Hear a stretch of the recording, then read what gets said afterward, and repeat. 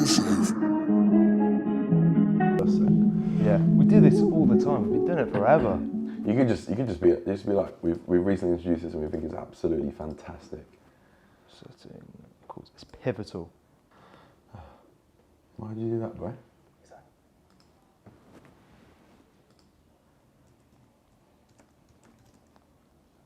That would save my life if we did that. It's just the third bedroom's fairly small. What's going on, Gordon? Welcome back to the YouTube. My voice is a bit hoarse today. I went to Kid Cudi last night. Said it right, which is fantastic. First show in 13 years. Today we're going to be recording a vlog. A very nice vlog. I'm going to keep it very natural. I want to explain everything to you what's been going on. So let me stop talking now before I talk for too much and we'll get into the vlog. Pull up, pull up. What am I saying on this one? I'm at Casa de Brightman. We got Luke here. I'm having a great time. Luke's here for the week. I don't think you mind me saying this, his mental health was suffering back in Cornwall. Should I move over here so the light's not behind me? His mental health was suffering back in Cornwall, wasn't it? He felt isolated, which is not surprising. It took him 5.5 hours to get here. So we put him up for the week. We had the Team Brightman meet at the weekend, which you would have seen the YouTube video of. We're off to the coach convention tomorrow up in Manchester. So Luke is coming along for all that ride, and I heard him talking to his mum and dad on the phone. He's absolutely buzzing. He's loved every minute of it. He's like so grateful to be here, and I'm grateful to have him here as well. He's dropping on my phone calls, man. It's not appropriate, but I am very glad to be here. Cornwall is a bit dead. Not a lot going on. No one around. To get to anywhere, it's an absolute mission in my Ferrari. So yeah, at Team Brightman HQ for the week. Decent. I don't know where I am. I'm lost at all times. I just follow Joe around and hope for the best, like a lost puppy. It's good. It's all good. We actually had a really funny story. We were on the train, right? This is actually, stay tuned for this bit, right? We're on the train. It's quite packed. We're in the unreserved carriage. Someone's walking in, and there's a seat of 4 table where there's a mum, a dad, and a grown man-child. A grown man-child, right? He's got a free seat next to him, but a bloke walks on and says, "Oh, is that seat free?" And he says, "No, seat's not free." It later transpires that the seat was indeed free, and the man's turned around and he's gone, "So that seat is free? Why did you lie to me? You lied to me, that's not good, man." And the guy sat down and just went, "I don't know." And then he proceeded to sat down next to him. It was so awkward. He got told off by a grown man. And his mum and dad were opposite as well, which just made it rough. it was an awkward situation. And I was feeling pretty rough from the night before as well, so it was a fun train ride back. It was. Sucking on melon. Well, there's some more melon sucking going on as well. Anyway, that's the little intro. This is how this vlog's going to run. But I am going to explain some stuff. I want to explain what's going on with my training at the moment, because obviously the last thing you saw me do training-wise was like mobility and CrossFit and functional, and that has taken a slight change. We're going to go train. We're going to do Luke's upper session at Muscleworks at Bethnal Green, and we're just all around going to have a great day. Enjoy. Let's address the elephant pond room. Hello. Was that filming? Let's address the elephant in the room. Have I quit functional fitness? Am I going back to bodybuilding? Sort of. So what's transpired is basically, my hand's been forced a little bit. I'm going to be really frank and honest here, because that's what I always am. I was always nervous about moving away from bodybuilding because my whole business, and therefore my whole livelihood, has been steeped in my physique and my bodybuilding career. And I still coach bodybuilders or people that are interested in competing or interested in bodybuilding. So for me I can't separate that. I thought I might be able to, but I can't separate it. That much has become clear. The way I look at it is, if you were looking for a coach and you were looking at Team Brightman, being coached by me, someone who's produced a lot of successful athletes now, natural, enhanced, classic, men's physique, bodybuilding, whatever, that's great. Like, I've done that and I've still got that knowledge and I've still walked the walk to almost the highest level.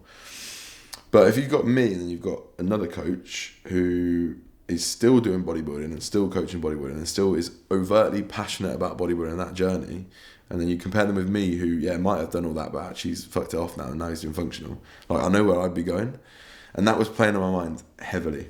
And therefore, regardless of how much maybe I wanted to do functional, the success of my business and my livelihood is always going to outweigh anything that I just want to do as a preference, because Like I enjoy Team Brightman. I enjoy coaching.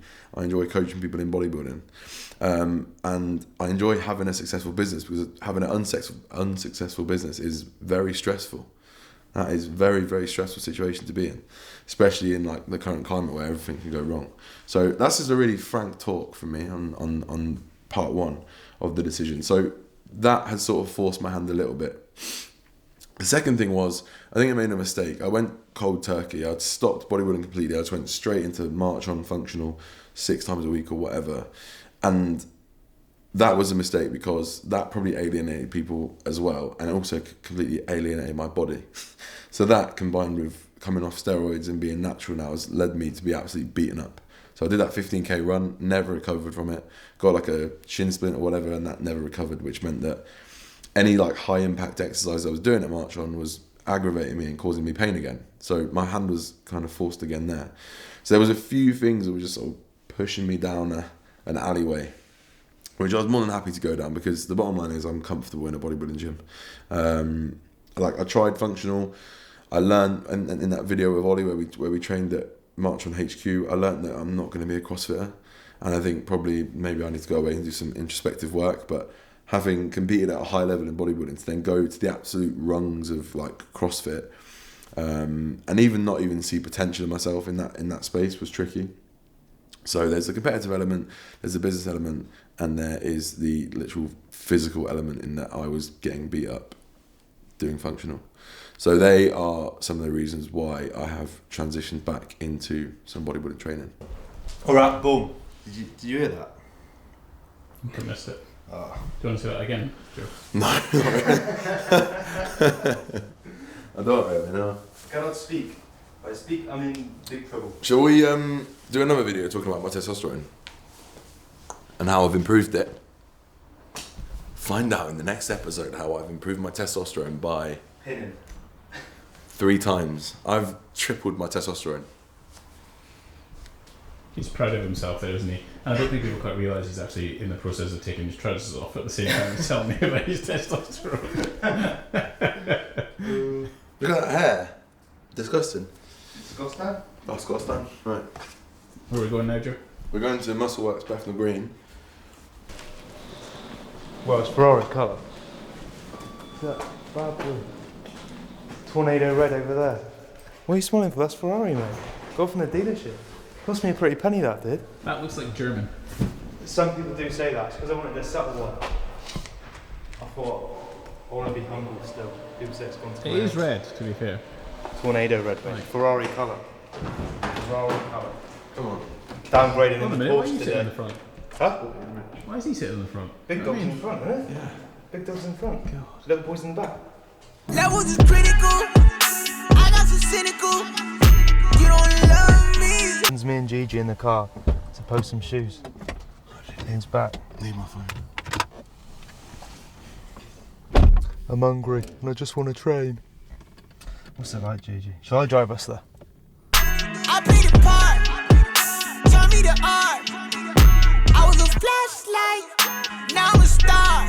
Yeah. If we gon' talk, then let's keep it a stack. You wanna show I need more than a rat. You want a priest, then make it the mask. You want a hero, but I wear a mask. What? As promised, we're down here at Muscleworks, Bethnal Green, back in the old stomping ground. I was here for like the last portion of prep, so I looked very different last time I was in here. But we're about to hit this is Luke's upper 2 sessions, so he's going to largely lead it. I've not really got programming yet, I'm still working that stuff out, but I will be doing probably between 4 and 5 bodybuilding sessions a week, and then 1 to 2 aerobic conditioning ones, with probably still with march on. I still want to stay on top of my fitness. I want to keep a nice lean body composition as best as possible, but for now we'll get stuck in some upper 2 with Luke, and I'll talk to you a little bit about the forward plan, what I'm doing now as we go through the session. Okay, here we go. Walk imperial, talk imperial, block the cereal, stop the burial. Walk imperial, talk imperial, block the cereal, stop the burial. Walk imperial, talk imperial, block the cereal, stop the burial. Walk imperial, talk imperial, block the cereal.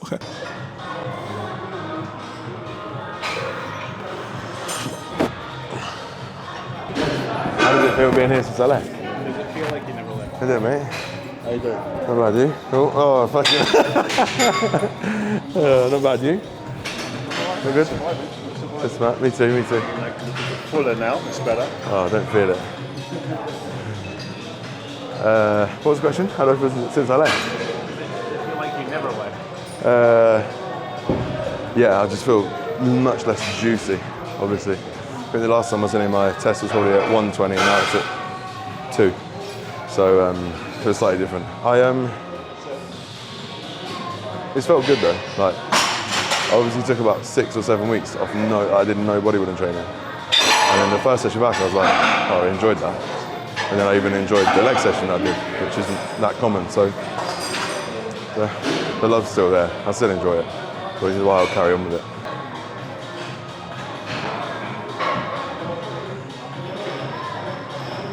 Good.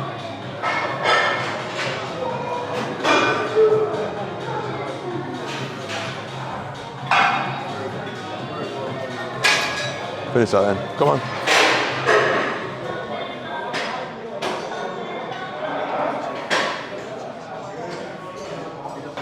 You're a lot more pressy than you are Oh yeah. flyy. That's a good point, actually. What have you got on? 18? Pull application stays the same. What's that? Pull application stays the same. Yeah, I know. So it's not like I'm coming up my tricep like more.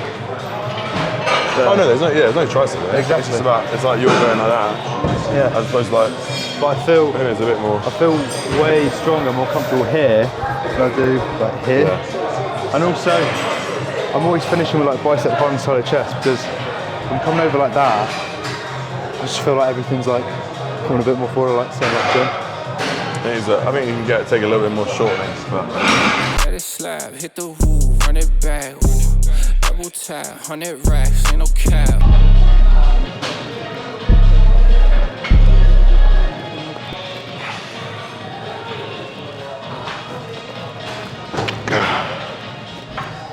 What? 10? Ay. We're so much more temperamental, not on anabolic steroids. I went home after my first leg session last week and I said to my mum, I was like, this makes me realise how valuable steroids are. And she's like, yeah, but you would have felt like that if you hadn't done legs for 6 weeks anyway. And I was like, yeah, sure. But for now, let's get that natty test back.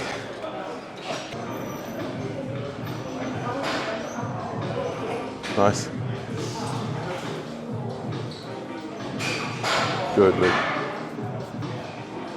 Do you feel a difference when you take it? What's that? He was talking about pump.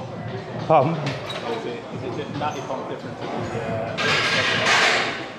the Might be psychological.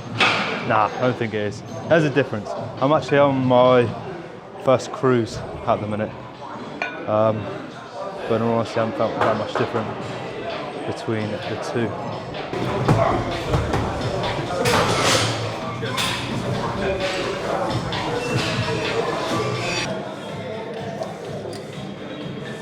Everybody does.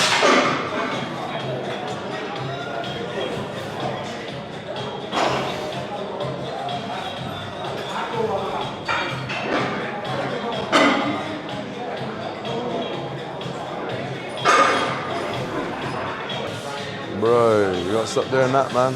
Oh my god. Oh my god. Luke, you seen that behind the neck press?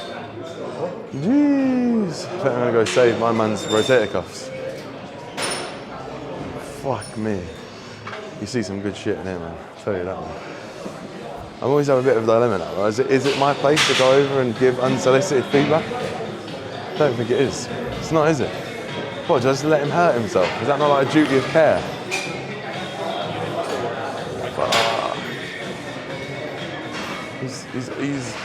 He's of age as well.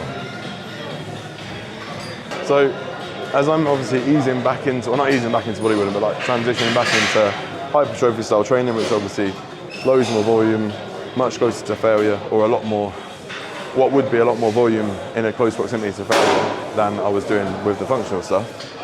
And a lot more load just going through the body. There's a lot more mechanical load, mechanical tension going through my muscles, connective tissues, tendons, bones, ligaments, etc. And obviously being natural again now as well. What I did last week was kind of ease back in with like reps in reserve. So I was doing 3 reps in reserve, and I've sort of adopted the style of training somewhat that Luke's doing at the moment under Christian, under sort of the Physique Collective umbrella. They're in the RIR camp. After a week, I don't think I'm in that camp. I think there's a lot to be said for training with a proximity to failure. I don't think you always need to be in that 6 to 10 rep mark. I think that is going to break down your body over time. But we're doing certain things like giant sets and stuff like that. Like, it's novel, but a giant set would be like 1 set of 40 or 1 set of 50. I find that first 30 reps is like, it's just a warm up to get you to failure. And I feel like it might be junk volume. So I'm going to keep trying with it for a few more weeks. I'm interested to see how it goes. But I think long term, I am going to move back to failure, or at least like 1 rep in reserve. Because I'm not sure about this. I'm not sure about this reps in reserve, like, man. Not sure about it.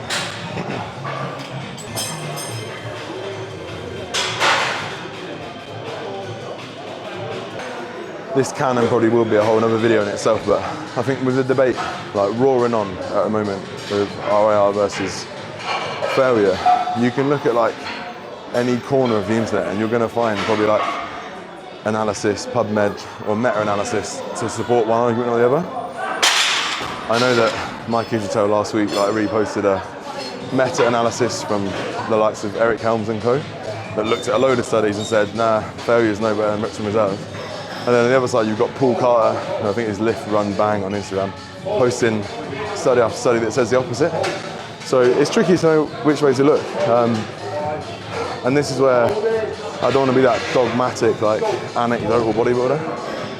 But on the whole, like if you look at people that train hard, I say train hard, I don't want to take away from reps in reserve. If you look at people that are training to failure or training with close proximity to failure, perhaps they are a bit more injured, but at the end of the day, they on the whole seem to be more well developed. And I don't know if that's just because reps in reserve hasn't been as popular, so maybe in 10 years time when more people have adopted it, we'll see more, you know, big guys on that end of things. But I think there's a lot to be said for kind of junk volume, wasting time, wasting reps, getting to effective reps. I was just speaking to Gigi about it there. We've got these like giant sets, which they sound all like fun and novel, but if you're spending 40 reps, you know, you want to go 40 reps to failure, well, the first 10, 20, is that even like effective at all?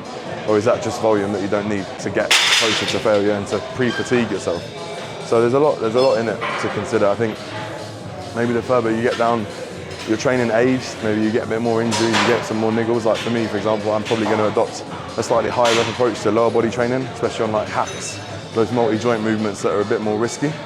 But I think on the whole, especially upper body, I will stick to failure, or close to. Oh yeah, Luke, let's hear about your perspective on reps in reserve versus failure, having actually lived both. Having done both? Yeah, for a bit of time. So, my stance is everything works, whether you're performing your sessions with reps in reserve or all-out failure. When it comes down to people who've only trained one way, they're going to have a heavy bias towards that because that's all they've ever done. But if you look at what we need to be doing in order to elicit a response, we need to see that concentric tempo slow down, and over time we need to be doing more. We need to be exposing these muscles to a greater stimulus. You're going to be achieving that with straight up failure. You're going to be achieving that with reps in reserve if programmed well. So of course, with that reps in reserve training model, it's not going to stay the same. When recovery markers allow, you're going to escalate volume when appropriate, and then alongside that intensity, you still haven't overreached. So in short, in my opinion, it all works. Yeah, the game getting pressed like articles. Yeah, and for delivery, taking one marches go. They wanna limit me. I'm with a ceiling be he been toe tagging all of my enemies. I've been. Oi. If we're gonna do row, do you wanna just move on? That's me done then. 2 on that, so 2 on a row. Whatever row you wanna do. Can I do T-bar or this seated one here? Mad light. I'm probably gonna go with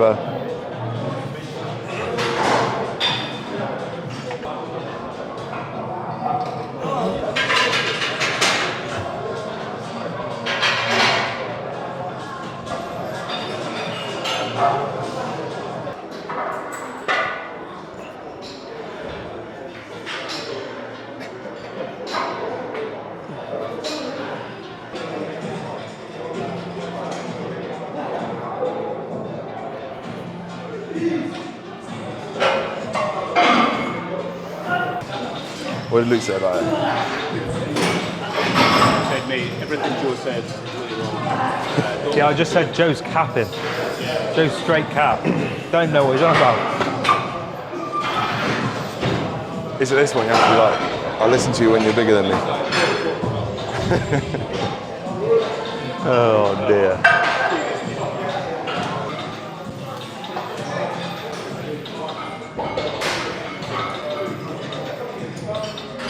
Yeah.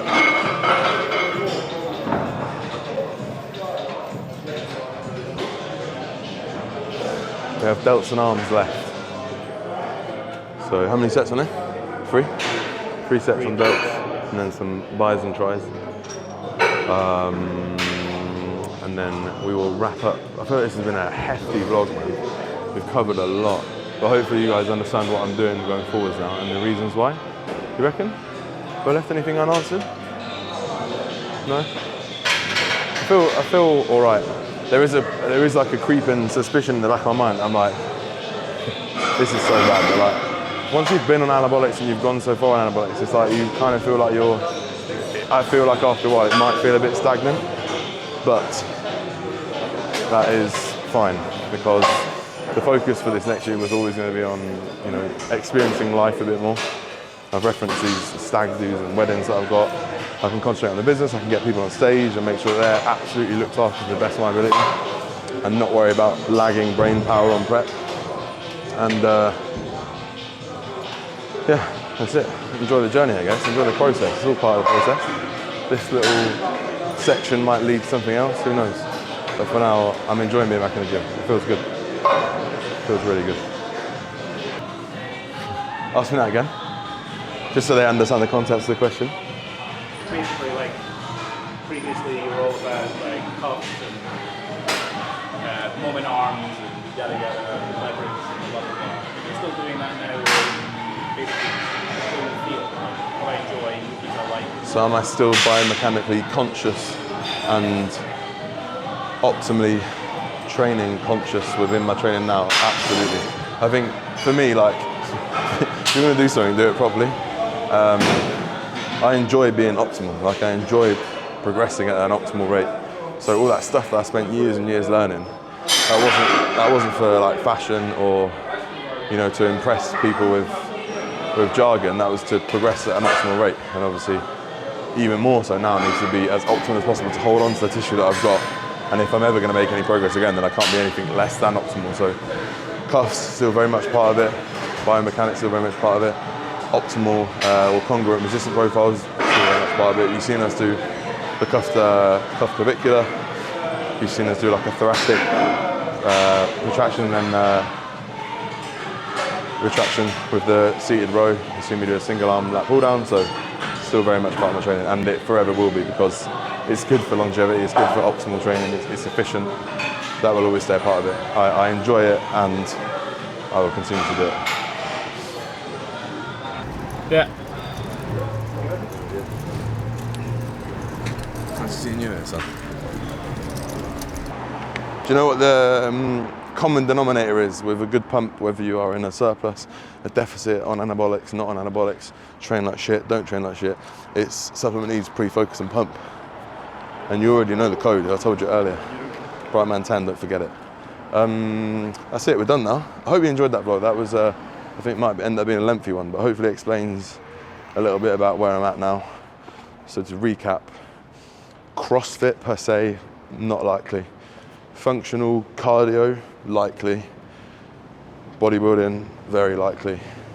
Natty, yes. Assistance in the future, don't know. Competitions in the future, don't know. Team Brightman to the moon, yes. Hope you enjoyed the vlog. I'll see you in the next one. Peace out. Yeah, it's naughty, isn't it? Now I've got my tax bill down, I'll probably get a new car.